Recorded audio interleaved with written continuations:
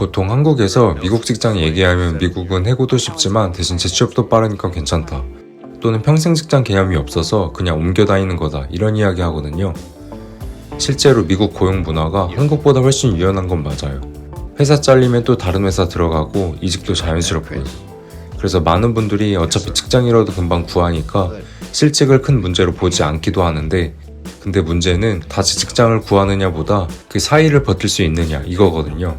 미국에서는 직장을 잃는 순간 월세, 보험, 신용, 생활비가 동시에 흔들리는 구조라서 재취업이 빠른 나라임에도 불구하고 생각보다 많은 사람들이 그 사이에서 무너지고 있습니다.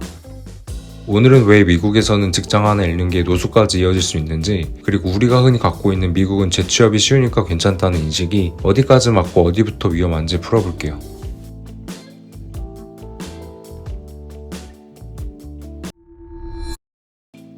미국에선 약속 없는 고용관계가 일반적인데 다른 말로는 임의해고라고도 불리거든요. 쉽게 말하면 회사가 법 위반만 아니면 굳이 큰 사유가 없어도 해고가 가능하다는 구조이기 때문이에요. 비유하자면 한국의 근로계약이 장기 렌트 계약에 가깝다면 미국의 고용은 언제든지 해지가 가능한 월 구독 서비스에 가깝다는 겁니다. 그래서 미국은 회사도 사람을 쉽게 내보내고 반대로 근로자도 그만두고 다른 회사로 옮기는 게 자연스럽죠. 근데 여기서 해고가 쉬우면 개인 입장에선 대비할 시간이 짧아져요. 다음 달 월급까지는 나오겠지 같은 완충제대가 얇아지죠. 한국은 퇴직금이 거의 기본이잖아요. 근데 미국은 연방법 차원에서 퇴직금을 의무로 보장하지 않는다고 명시돼 있어요. 즉 퇴직금은 회사 정책 및 개별 합의에 달린 경우가 많아요. 그러면 어떤 일이 벌어지냐면 월급 끊김이 그냥 바로 와요. 그리고 미국은 월세, 보험, 차, 할부 같은 고정비가 강하게 돌아가는 나라라 이게 진짜 치명적이거든요. 미국도 실업급여가 있긴 해요. 근데 핵심은 커버리지, 즉 받는 사람의 비율입니다. 2024년 기준으로 전국 실업자 중 실업급여를 실제로 받는 비율이 약 27% 수준이라는 분석이 있어요. 즉 실업자 10명 중 7명 이상은 제도 밖에 남아있다는 얘기죠. 이유는 여러 가지인데 고용 형태와 주마다 다른 자격 요건, 그리고 해고 사유입니다.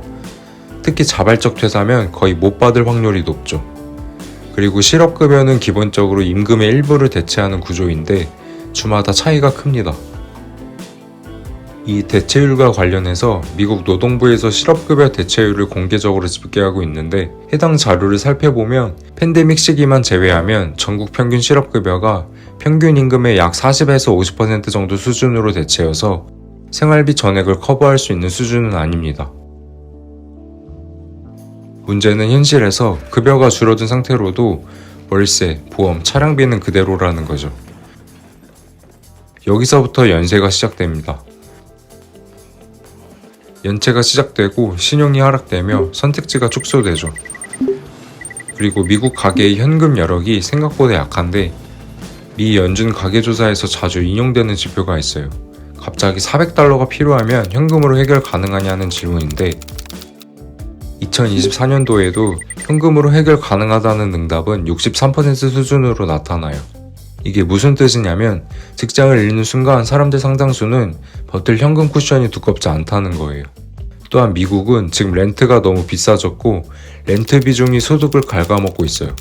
미국 인구조사국 발표 기준으로 2023년에 렌트 가구의 약 49.7%가 렌트 부담 상태였다고 나옵니다. 즉 해고 이전부터 이미 빡빡한 사람들이 많습니다.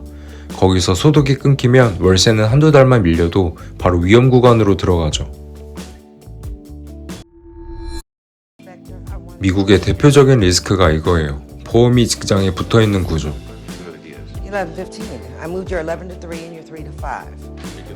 한 자료에 따르면 회사 단체 보험은 프리미엄 자체가 크고 근로자도 적지 않게 부담해요. 가족 기준으로 매년 약 $6,500를 냅니다. 월 기준으로 하면 50에서 60만 원이죠. 회사가 상당 부분을 커버해주기 때문에 실직을 하게 되면 회사가 부담하던 몫까지 떠안아야 하죠. 일하다 뜻하지 않은 상황으로 직장을 잃게 된다면 코브라라는 제도로 기존 회사 보험을 연장할 수 있긴 한데 문제는 비용입니다. 원칙적으로 회사와 본인 몫 합친 보험료에 행정비용까지 하면 보통 102%를 부담하게 되는데 이러면 기존 내던 보험료의 약 3배에서 4배가 돼요. 이 방식으론 개인이 다 내게 되니 체감 부담이 엄청 커지죠. 또한 실직 후에 아프거나 가족 중 누가 병원에 가야 하면 그 순간부터는 월세 말고도 의료비 빚이 같이 압박해요. 의료부채 문제는 학계 및 정책기관에서도 계속 다루는 주제고, 실직, 보험비 폭증, 의료비 발생, 카드 및 대출, 신용 약화, 이 루트로 가면 재취업이 돼도 회복이 느려지는 거죠.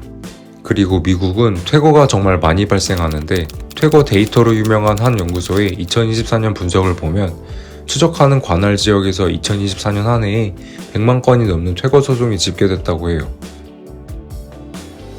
중요한 건 퇴거가 곧바로 전부 노숙은 아니지만 퇴거 기록이 남으면 다음 집 구하기가 어려워져서 주거 선택지가 급격히 줄어듭니다. 그리고 그때부터는 친구 집, 모텔, 차에서 자기, 쉼터로 미끄러지기 쉽죠. 또 미국에서 가장 신뢰받는 비영리 기관에서 임대료 상승이 노숙 증가로 연결된다는 연구 흐름을 정리해서 소개했었는데, 이게 결국 개인 문제가 아니라 주거비 구조 문제라는 근거가 되는 거죠.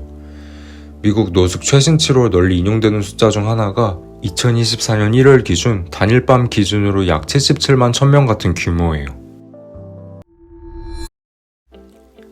그래서 정리하자면 한국은 실업급여를 보면 직장을 잃어도 일정 기간 동안 소득을 보전해주는 구조가 비교적 잘 잡혀있고, 건강보험은 직전과 분리돼 있고, 주거도 전세 및 보증금 구조 덕분에 당장 길로 내몰릴 가능성은 상대적으로 낮은 편이나, 미국은 일자리를 잃는 순간 월세, 보험, 생활비가 동시에 개인 책임이 돼서 실업급여가 있긴 하지만 못 받는 사람도 많고, 받아도 생활비 전부를 감당하긴 쉽지 않죠. 그래서 미국 시스템은 다시 일할 기회는 많을지 몰라도 버틸 시간을 주는 데는 굉장히 냉정한 구조라고 볼 수 있습니다. 이게 꼭 미국은 나쁘고 한국은 좋다, 이 얘기는 아니에요. 다만 우리가 흔히 생각하는 것처럼 미국은 유연해서 실직해도 별 문제 없다, 이렇게 단순하게 볼 수 있는 구조는 아니라는 거죠. 결국 중요한 건 이거입니다. 그 사회가 실직한 사람에게 다시 일어날 시간을 얼마나 허락해주느냐. 미국은 빠른 기회를 주는 대신 실패의 대가도 빠르게 개인에게 돌리고, 한국은 느릴 수 있어도 그 사이를 버틸 수 있는 완충장치를 조금 더 제공하는 구조인 거죠. 오늘의 이야기는 여기까지입니다. 오늘도 시청해주셔서 감사합니다. 세상의 모든 이야기였습니다. 감사합니다.